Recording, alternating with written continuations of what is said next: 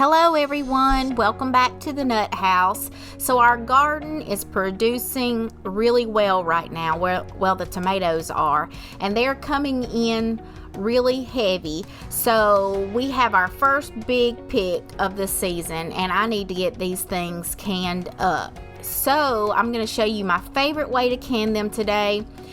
I do it a lot of different ways, but this is my favorite. We have these tomatoes that we got a lot of rain, so some of them have split.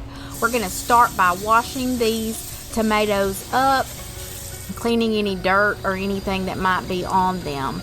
Now, some of you may not know this, but I don't like to waste things that I work really hard to grow, especially. So even if there's a bad spot on it, like my mom taught me, we cut off the bad and then we keep the good. So we're going to start by washing these up really well.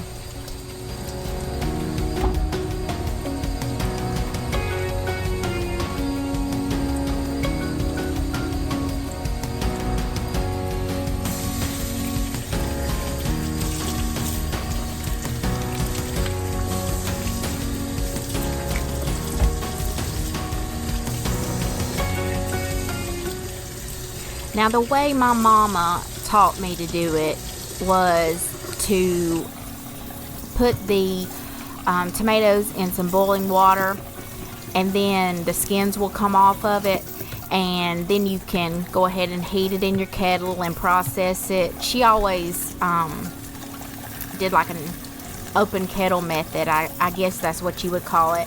But I'm going to pressure can mine because I like to do it in a shorter amount of time, but you can definitely water bath this as well. Also, I'm not going to skin them. I'm barely going to core them. I'm just going to cut off the bad parts, and I'll show you how I do that, and then I'll show you how I get away with not seeding them or even coring or skinning them.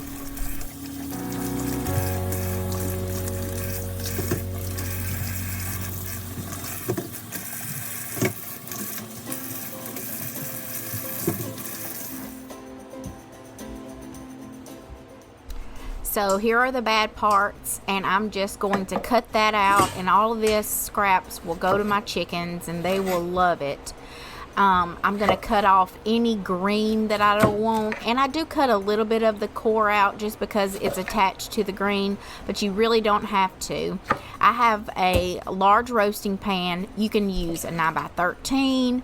You can do really anything, because we're going to roast these tomatoes down. Now, by roasting the tomatoes down, I'm going to lose a lot of the liquid. These are not paste tomatoes. So, like your Roma, your Amish paste, your San Marzano, those are thick paste tomatoes, so they do not have a lot of liquid. But these Purple Cherokee, especially the Purple Cherokee and the Rutlers, Homestead, all of these that I've planted, they have a lot of liquid. The Purple Cherokee probably has the most, and that's why they're my favorite. They're just so juicy and so sweet.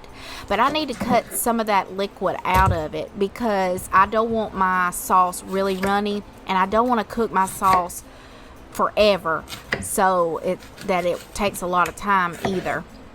So I'm going to cut these up and put all the good parts into the pan.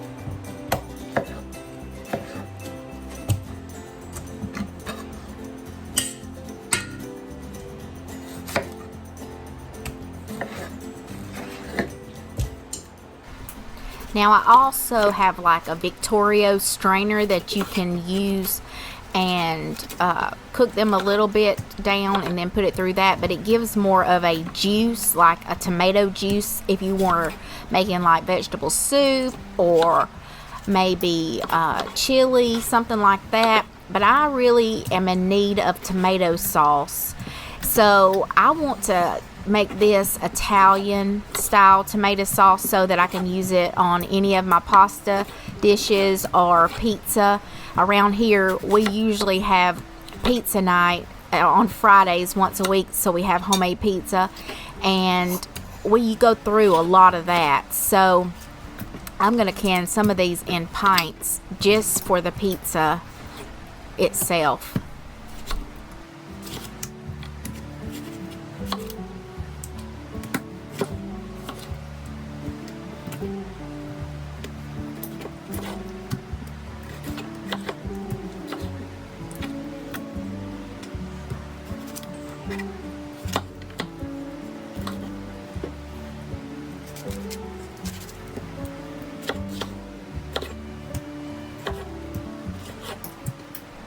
Now this may look like a big job. However, if you've ever canned it the old-fashioned way where you have to blanch them and then skin them, get the seeds out, then cook them down, then puree them, that's more work than this. This is really the easiest way that I have found to do it.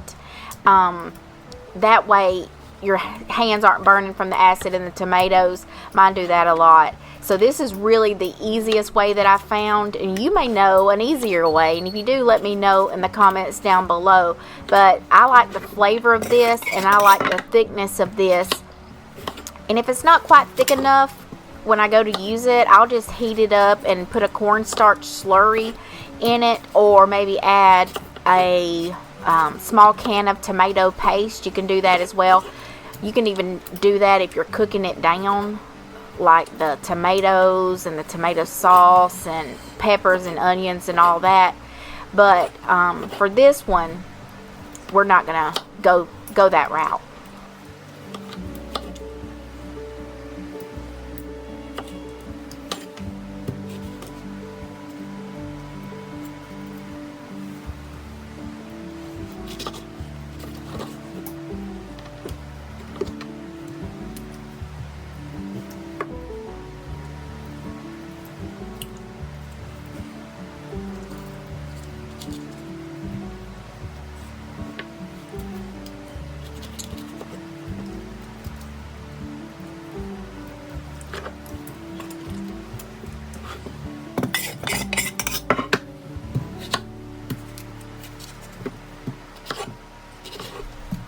What are your favorite things to can? I'm always looking for some new things to can.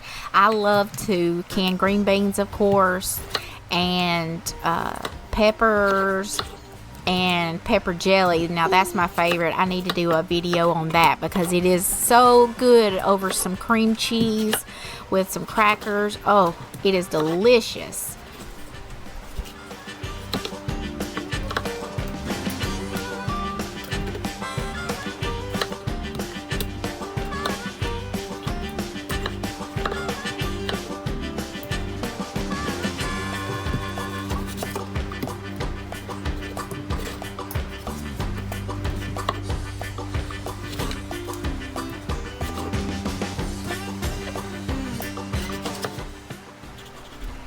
As I'm sitting here editing this video, I have another big, huge basket of tomatoes to go through and roast again, and hopefully I'll get at least 5 quarts out of this one. We'll see.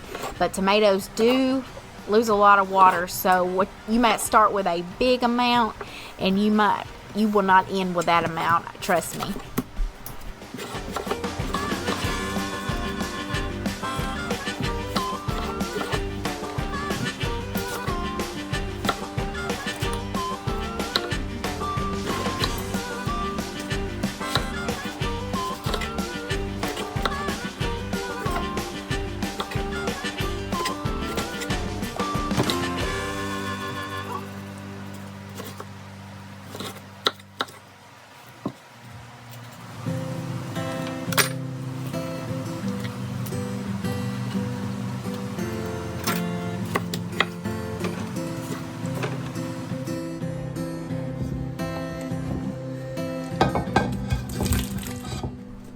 So here I had to get a second pan, and these are Pampered Chef pans that you see here on the right. They are really good for roasting things. I'm gonna put some olive oil on it, some oregano that I dried from my garden, some basil from my garden, some garlic powder, and then these are gonna roast in a 325 degree oven for a couple hours because I want them to go low and slow so that we can get no burning and the juice will render out of these tomatoes.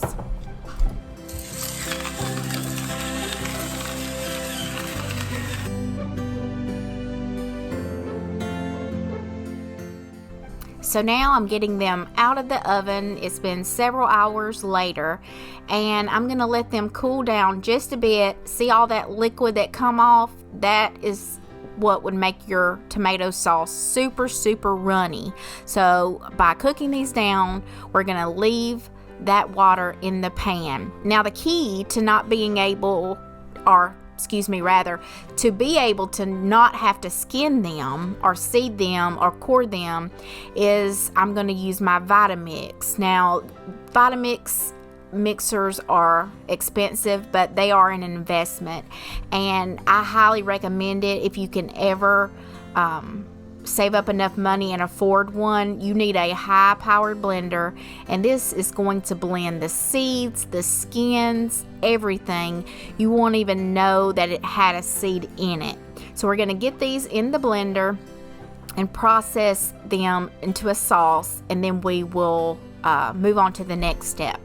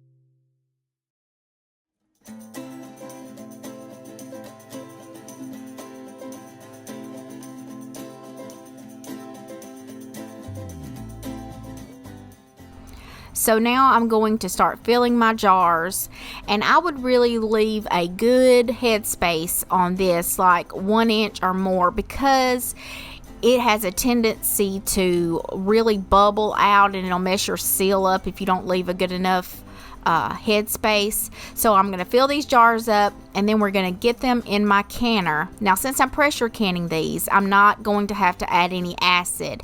If I were water bathing these, then I would add a teaspoon to a tablespoon of lemon juice or some citric acid into it.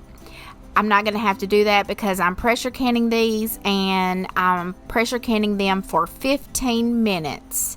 And then we will let the canner cool down and let the jars sit on my counter for 24 hours so I can make sure that they have a good seal. We'll wash the jars, and then they'll be ready to use whenever I'm ready.